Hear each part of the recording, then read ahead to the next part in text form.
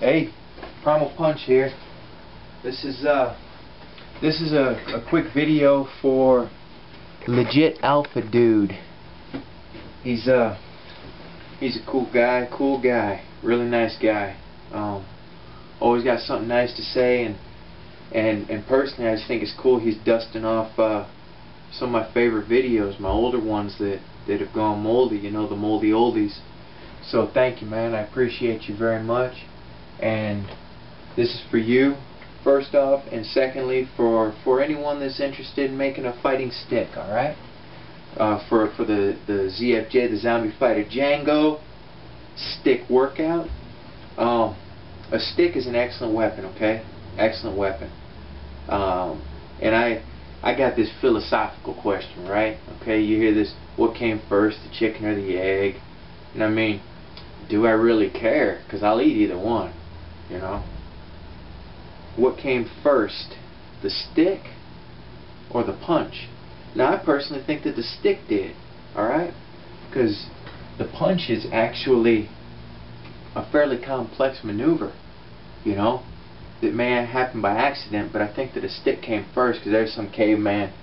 Like if you watch gorillas, right?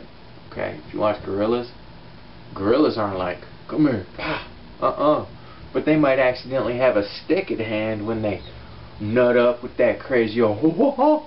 You know that thing where they all got the rest of the gorillas like looking at him because he's starting to do this. That's what those gorillas always do, man, when they're fixing to nut up. And he might accidentally just pick up a stick and but you never see him like throw a punch. I think that the stick came first. You know?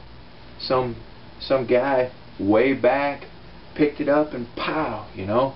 You don't read about Samson. He didn't punch people. He cracked him over the head with the jawbone of an ass. You know? So that's, to me, I think the stick came first. Alright, that's a whole bunch of yak, alright? So check it out. Legit Alpha Dude. Good guy, good guy. Check him out. Stick questions, alright? He's got a maple stick. Maple's a good hardwood. You can tell hardwoods if you're not able to look it up. You know, you're out in the woods, you see a good opportunity for a stick. There's a smell that every hardwood has, and I don't know what it is. Maybe it's tannins, or maybe it's a higher sugar content. You know, you'll notice that with hardwoods. But it's a smell that's very distinctive, nearly fruity, nearly a fruity odor. And you can find that just by cutting one of the twigs off and smelling the cut. So he's got maple, and he got it. It had been damaged on a tree, and it was still almost alive. I call that hang cured, where it's cured partly or mostly by hanging on the tree.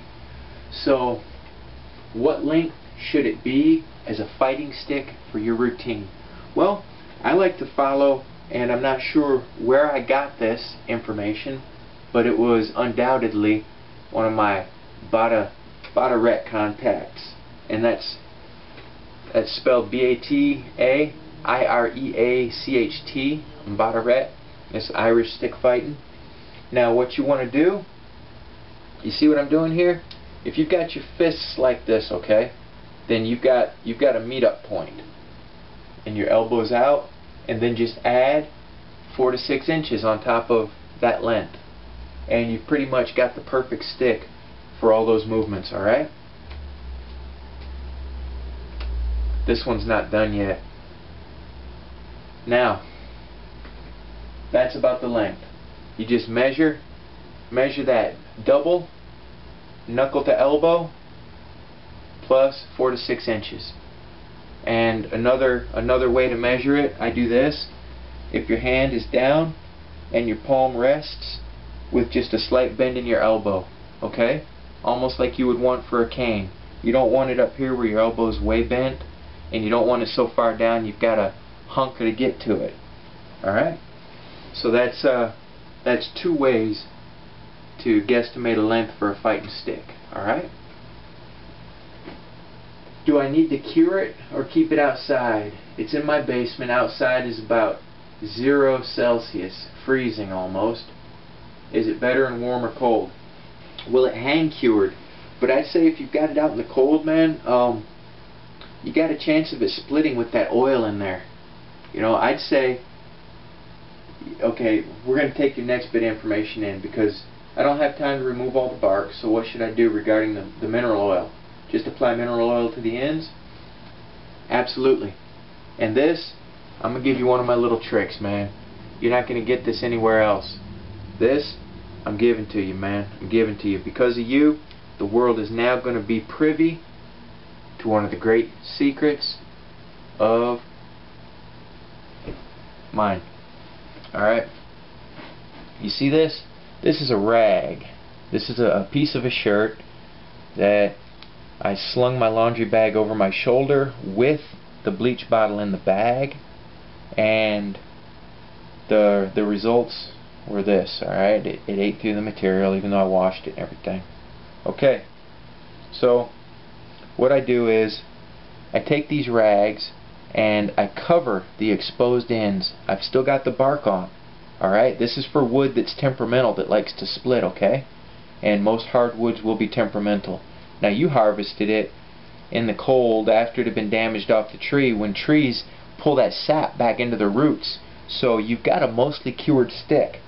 Now I just used one of those big twist ties that comes off of broccoli bundles and stuff like that at the supermarket. We save all these.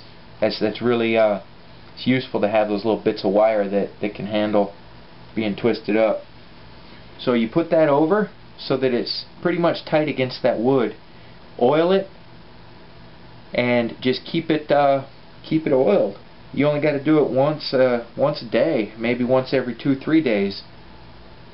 It's a lot easier than having to just continuously apply oil. I learned this the hard way, you know, by trying to keep the darn thing oiled, and it would just be so much extra work, man. You know, where I was really just doing more than I had to. So there's my trick on that, on keeping it oiled. Okay?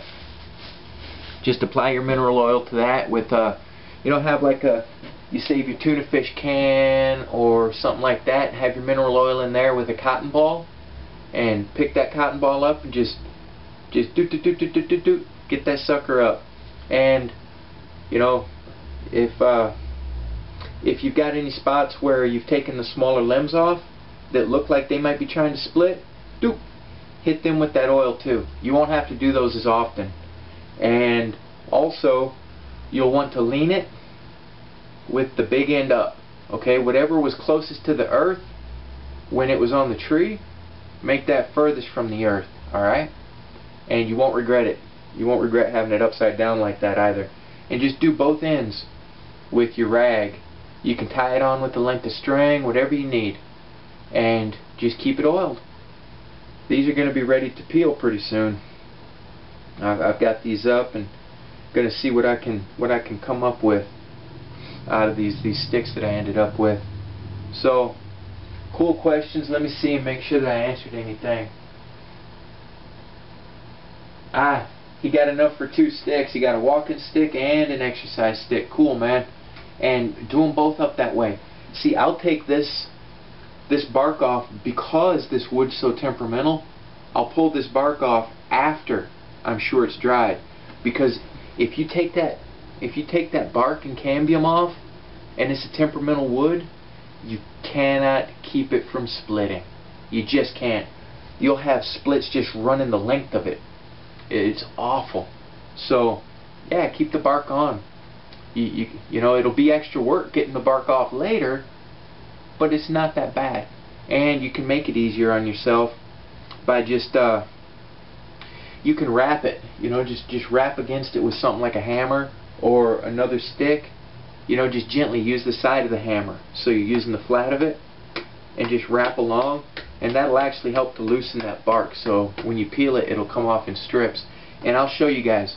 I'll do a video so you can see how to kind of get that off there.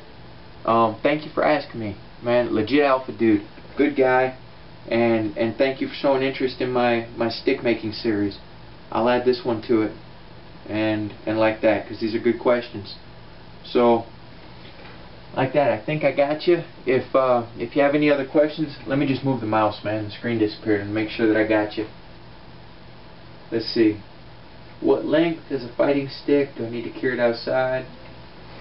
That's right. That's where I was going with this. Once you've got these on, get that sucker near the warmth, like close to a heating register or like that. It'll help it wick that oil in.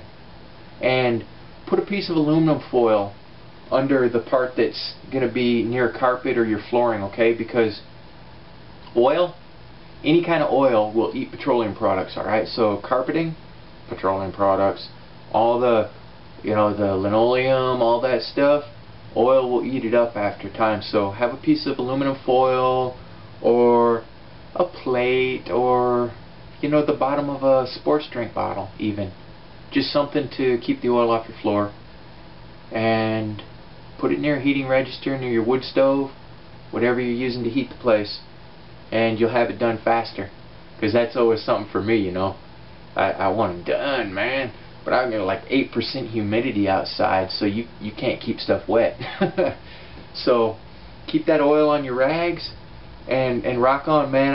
I'm stoked that you're making a stick. You gotta let me know how they come out. Alright? And you know, once you take that bark off and sand it down, you're putting your energy into it. It's yours. You've made an implement of self-defense, and it will never let you down.